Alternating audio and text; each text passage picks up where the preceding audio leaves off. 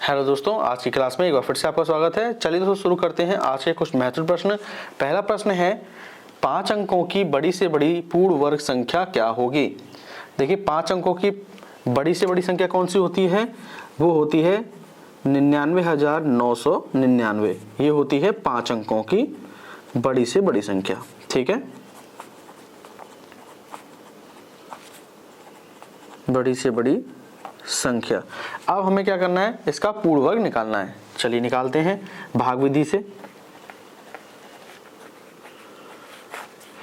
3 त्रिका 9, यहां से पेयर उतारेंगे 99, 3 का डबल हो जाएगा 6, एक बार जाएगा ये 61, 9 से 1 गया तो बचा 8, 9 से 6 गया तो बचा 3, और जाएगा 3899। अब पहली वाली संख्या होती है उसको डबल करते हैं 62। अब ऐसा नंबर रखना है जो इसके नज़दीक है। ठीक है, तो देखिए 6 रख के देखते हैं। 6 3 36, 6 2 12 3 15, 6 3 37, 3756।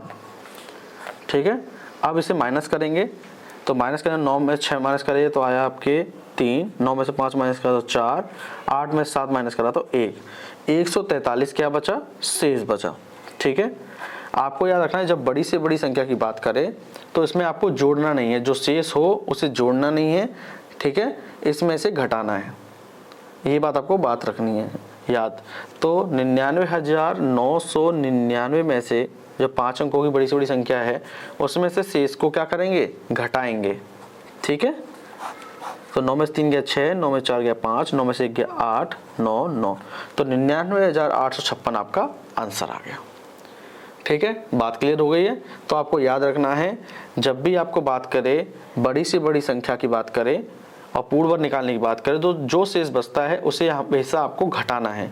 ठीक है, जोड़ना नहीं है। और छोटी छोटी और पूर्ण वर्ग संख्या की बात करें तो इसमें आपको जो आपका अंतर होगा उसे आपको जोड़ना होता है। ठीक है, चलिए वो अगला प्रश्न है उसे आप देखेंगे ध्यान से। तो देखिए अगला प्रश्न है 6 अंकों की छोटी से छोटी पूर्ण वर्ग संख्या बताइए। तो 6 अंकों की छोटी छोटी पूर्ण वर्ग संख्या हम बताएंगे। ठीक है, तो ये हो जाएगी 1 लाख। ठीक है, उसमें 5 जीरो आ जाएंगे। ठीक है, 1 2 3 4 5 6, 6 अंकों की हो गई है। ठीक है, अब ये कह रहा है जो छोटी छोटी संख्या है उसका पूर्ण वर्ग निकालना है। फिर वही भाग विधि से निकाल देंगे इसको। 3 त्रिका 9, 3 का डबल 6, 61, 100 में 61 जाएगा तो बचेगा 39, डबल 0 उतरेगा, ये हो जाएगा 62। अब यार देखिए एक बात आपको याद रखना है, जब भी आपको छोटी छोटी संख्या का पूर्ण वर्ग निकालना हो तो एक बार पहाड़ा ज्यादा पढ़ना है। ठीक है, याद रखिएगा एक बार पहाड़ा ज्यादा पढ़ना है। ठीक है, और लिख देते आगे पढ़ना है और उसका अंतर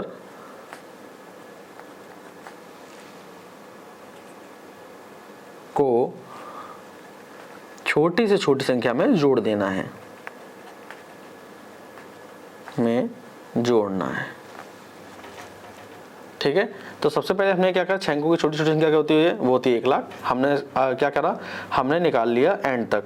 हम देखिए ये हो जाएगा कितना हो जाएगा 6 बार 7 बार। ठीक है, ये हो जाएगा 4 3, एक बार ज्यादा पार पहाड़ा बनना है हमेशा, 4 3 8 9। ठीक है, अब इनका अंतर कितना होगा, इनका अंतर आ जाएगा, देखिए आपको याद रखना छोटी छोटी संख्या जब पूर्ण वर्ग निकालना हो तो एक पहाड़ा ज्यादा पढ़ना है। 6 तक पढ़ते तो 3900 के अंदर होता, इसलिए हमने इसे 7 बार लिया। ठीक है, 6 27 में 7 का गुणा करेंगे तो 4389 आ जाएगा। ठीक है, अब इनका अंतर हम करेंगे तो इनका अंतर आ जाएगा 489।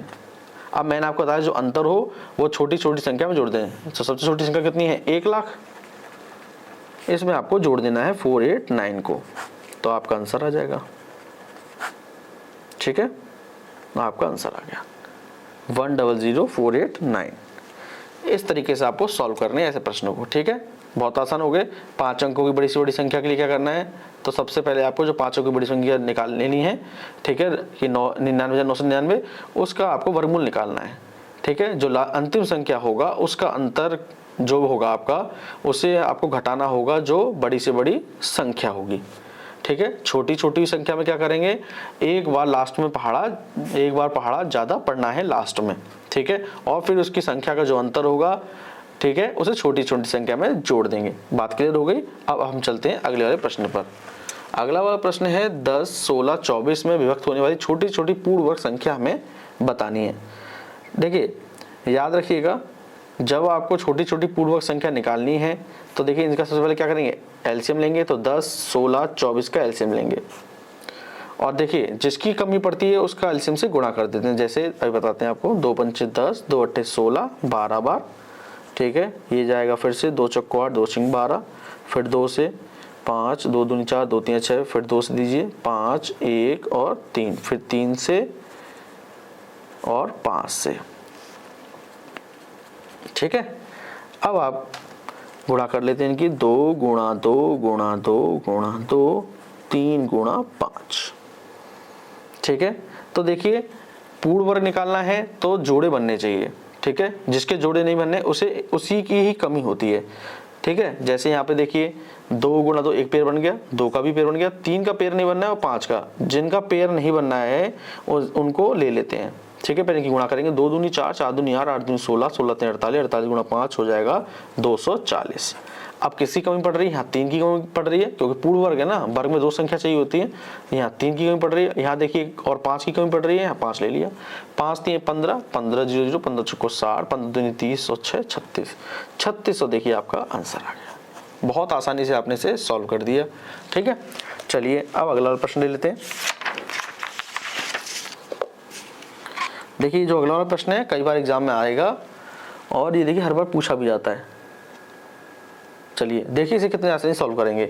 एक माली 17,956 पौधे इस प्रकार लगाता है कि प्रत्येक पंक्ति में उतने ही पौधे हैं जितनी की पंक्तियां हैं। जब भी ऐसी लाइन आपको मिले कि प्रत्येक पंक्ति में उतने ही पौधे हैं जितनी पंक्तियां हैं, तो हमेशा आपको याद रखना है, आपको इसका या तो आप गुणनखंड विधि से आंसर निकाल दीजिए या भाग विधि करके इसका वर्गमूल निकालना है, ठीक है। चलिए करते हैं इसे। 17,956 का निकालते हैं।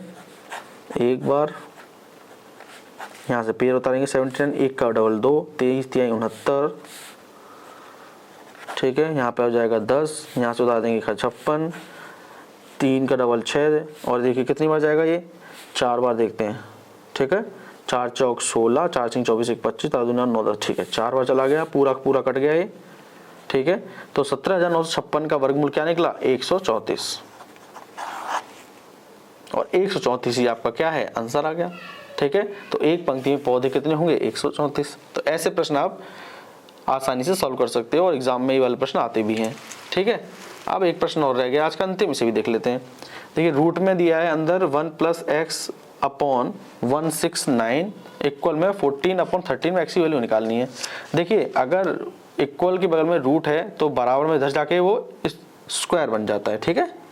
चलिए देखिए कैसे, तो 1 + x अपॉन 169, रूट हट जाएगा इधर जाके स्क्वायर में हो जाएगा, 14 अपॉन 13 पूरे पर स्क्वायर चढ़ गया, क्लियर है।